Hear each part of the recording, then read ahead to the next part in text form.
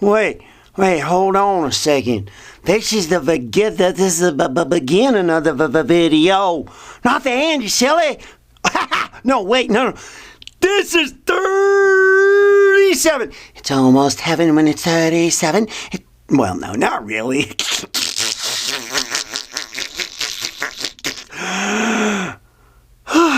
That was refreshing. Oh, yeah, it was refreshing, too. Oh, yeah. So in the last video, talked about, getting in the trenches. You got to get in the trenches there, boy. You got to start down at the bottom, just where everybody else starts. And again, back to those people that, have all the instructions and the undone. This is how you do it. You can't just, you could just take what they're doing, but, to have the discipline to just go, oh, okay, boom, a boom, a boom, a boom. Here we are. We're doing from there to here. No. No, because you got to understand how people are. And that's why those companies, they make millions of dollars selling, I think, more hope than they do anything else. Because, while they're saying, oh, this is how you do it, I still think that there's some things that are missing, and while, all the information might be there, still, there's some more details. And, I want to relate this to people, and I'm telling you, anybody. I remember one time, and I told the story about my son, who was having difficulty with math is hard. And I said, well, everything in life is how you wish to think, feel, and believe about it. And however you wish to think, feel, and believe about it is how it will be for you. So, ironically, like sort of like real. And that was one of the things he was just thinking while he was at school. Pay attention to what your thought life is, you hear me? Pay attention to what your thought life is and the things that you're saying. Because you're saying these things nonchalantly and it's affecting your life. I guarantee it. It's affecting your life because when you're thinking it and their thoughts, those thoughts create emotions which then create a belief which says, math is hard, and then, and then he decided to change what I suggested him to, and then he graduated. He graduated, I can't remember. I think he got at least he got a B in the high math. And he took the AP exam for math too when he was a senior. So, and now, I keep telling him, and I'd give this advice to any young person that's out there. Math is something that if you just do it, a buttload of it, and just do it. See, because math isn't about figures and numbers. Math is about, what math does for you is exercises that part of your brain for solving problems. Okay? Solving problems, which you can apply to solving problems in all kinds of places, all kinds of places. So back to where we were at. Back to where we were at with paying attention to your thought life. That's really, to me, is the first step that you need to practice for a while. Pay attention to the things you're saying. Pay attention to what you're thinking.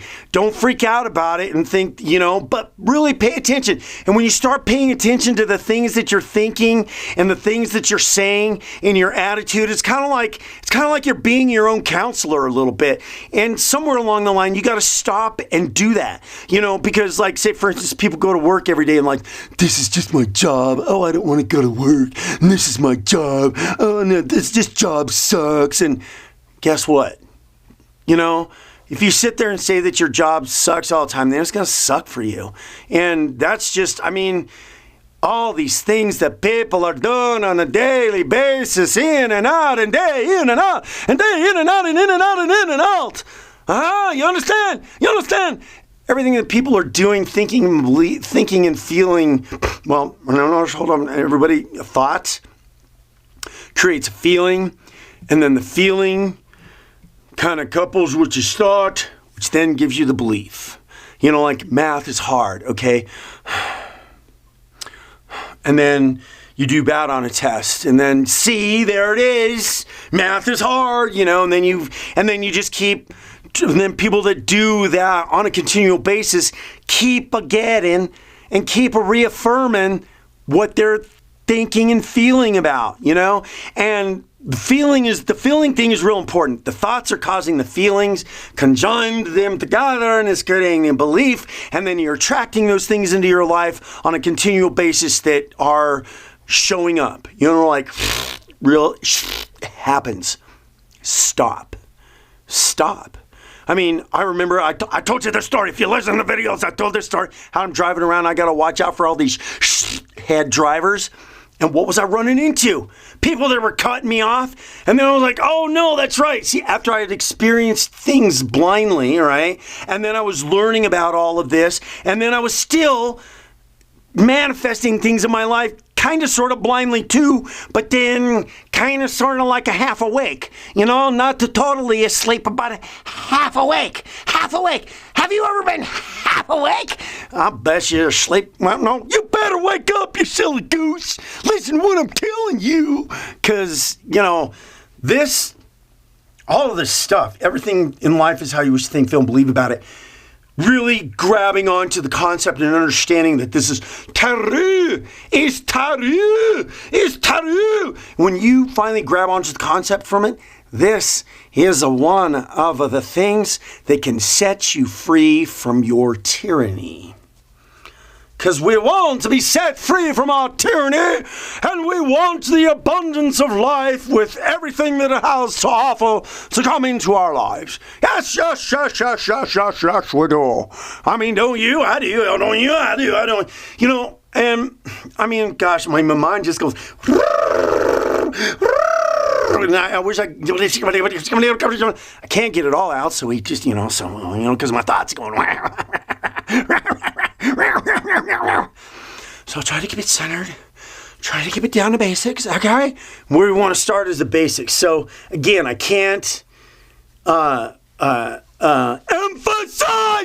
that you start listening to, pay attention to the things you're saying and thinking on a consistent basis. And then you're getting those things that are reaffirming that. Whatever it is, just start paying attention. You start doing that. You're going to start to see this stuff show up in your life. And, you know, I see people living certain lives, and even if they're wealthy and they're doing great, and making money and whatever, they're doing it blindly too. There's a lot of people out there that are doing it blindly too with all the success, because then they're successful and they're like, gosh, this is so easy. I'm making great money. Man, I'm always getting good deals, you know, and then, so these people are doing it blindly too. And then but then, you know, there's a danger there. Because then they think that they're all powerful. When there's a fine line. Yes, you have that power within you. And we talked about, I think we'll talk about in church on Sundays, talked about it in church on Sundays, the power that is within you is in your spirit. It's in your spirit, my friend. It's your spirit. It's the most powerful thing there. Yes. I mean, we're all distracted with the flesh. Yeah, we distracted with the flesh. But the power that is within us is within our spirit. That's where you get some authority to, out of the goodness of your heart, call out good things. And you don't want to mess around with the evil things, because you're sticking your nose into something where you just might get yourself into some trouble. You understand? You don't want to mess with that, okay? So focus on the good, my friend. Focus on the good.